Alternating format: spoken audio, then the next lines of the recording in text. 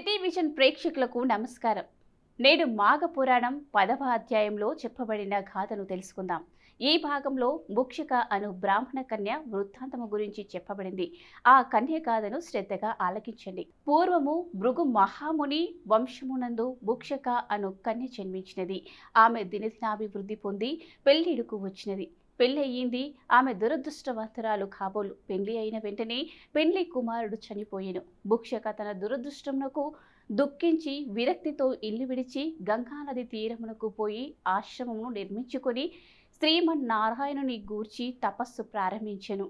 ఆ విధముగా చాలా సంవత్సరములు ఆచరించుట వలన అనేక మాఘమాస స్నానములు ఫలములు దక్కెను. ఆమె మనోవాంఛ తీరు సమయమును దగ్గర పడినది. ఒకనాడామె తపస్సు చేసుకొనిచు ప్రాణములు విడిచెను. ఆమె చాలా సంవత్సరములు వైకుంఠముందే ఉండి తర్వాత బ్రహ్మలోకమునకు పోయెను. ఆమె మాఘమాస వ్రతఫలము కలిగిన పవిత్రురాలగుటచే బ్రహ్మదేవుడను సత్యలోకంలో దేవకార్యములు తీర్చుటకు అప్సరశ్రీగా చేసి తిలోత్తమ అను పేరుతో సత్యలోకమునకు పంపెను. ఆ కాలములో సుందోపసుందులనే ఇద్దరు రాక్షస సోదరులు బ్రాహ్మణు గూర్చి ఘోర తపస్సు చేసిరి. వారి తపస్సు యొక్క ప్రభావమునకు బ్రహ్మదేవుడు ప్రత్యక్షమై బోయి మీకేమి కావలనో కోరుకొనుము అని అనగా, స్వామి మాకు ఇతరుల వలన మరణము కలగకుండానట్లు వరమిమ్ము అని వేడుకొనగా, బ్రహ్మ అటులనే ఇచ్చితిని అని చెప్పి అంతరార్థమయ్యెను. బ్రహ్మదేవుని వలన వరము పొందిన ఆ ఇద్దరు రాక్షసులను మహాగర్వము కలవారై దేవతలను హింసించిరి. మహర్షుల తపస్సుకు భంగము కలిగించుచుండిరి. యజ్ఞయాగాది కృతువులలో మలమాంస రక్తాదులు పడవేసి ప్రజలను నానా బీభత్సములు చేయుచుండిరి. దేవలోకమునకు దండెత్తి దేవతలందరినీ తరిమివేసిరి.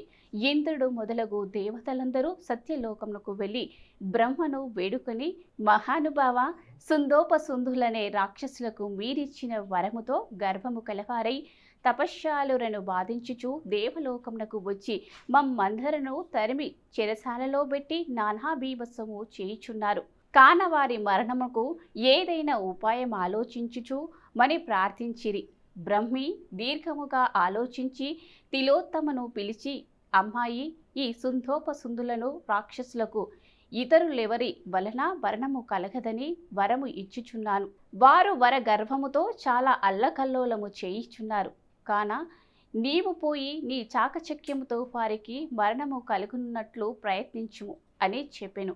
తిలోత్తమ బ్రహ్మదేవునికి నమస్కరించి సుందోపసుందులు ఉన్న అరణ్యమున ప్రవేశించెను.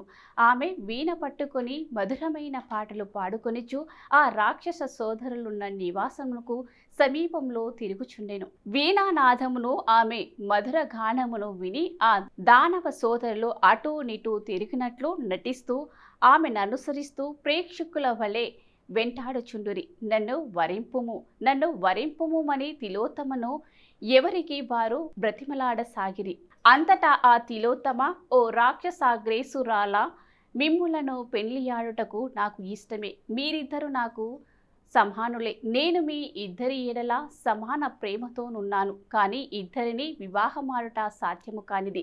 కానీ నా కోరిక ఒకటి ఉన్నది అని, ఏమనగా మీ ఇద్దరిలో ఎవరు బలవంతురో వారికే నేను స్వంతమవ్వగలను అని చెప్పెను. ఆమె మాటలకు సుందోపసుందులకు పౌరుషములు వచ్చినవి. మీసములు మెలిపెట్టి, నేను బలవంతుడినని ఇద్దరు తొడలు కొట్టుకొనిరి, గ్రుద్దుకొనిరి. మల్ల యుద్ధము చేసిరి. ఇక పట్టుదల వచ్చి గదలు పట్టిరి, దెబ్బకు దెబ్బ కొట్టుకొనిచుండిరి. వారి పోరాటము రెండు పర్వతాలు ఢీకొన్నట్లుగా ఉన్నది. మేఘాలు ఉరిమినట్లుగా అరచుచు భయంకరంగా యుద్ధము చేసిరి. గదాయుద్ధము తర్వాత కత్తులు దూసిరి. ఆ కత్తి యుద్ధములో ఒకరి ఖడ్గము మరొకరికి తగిలినందున ఇద్దరి తలలు తెగి కింద పడినవి. ఇద్దరు చనిపోయిరి. తిలోత్తమను దేవతలు దీవించిరి. ఆమె బ్రహ్మ కడకు పోయి జరిగినదంతా తెలియపరచగా బ్రహ్మ సంతోషించి, తిలోత్తమ, నీవు మంచి కార్యము చేసిదివి. నీ వలన సుందోపసుందరులు మరణించిరి. నీకి బలము వచ్చుటకు కారణము నీవు చేసియున్న మాఘమాస వ్రతఫలమే కాన నీవు దేవలోకమునకు వెళ్ళుము. ఇంద్రాది దేవతలు నిన్ను గౌరవిస్తారు. అచట అప్సరసలు అందరికంటే నీవే అధికురాలవగుదువు. అని పంపెను. మాఘ పురాణంలోని 10వ భాగం పూర్తయింది. తర్వాత భాగంలో మరో గాథతో కలుద్దాం. నమస్కారం.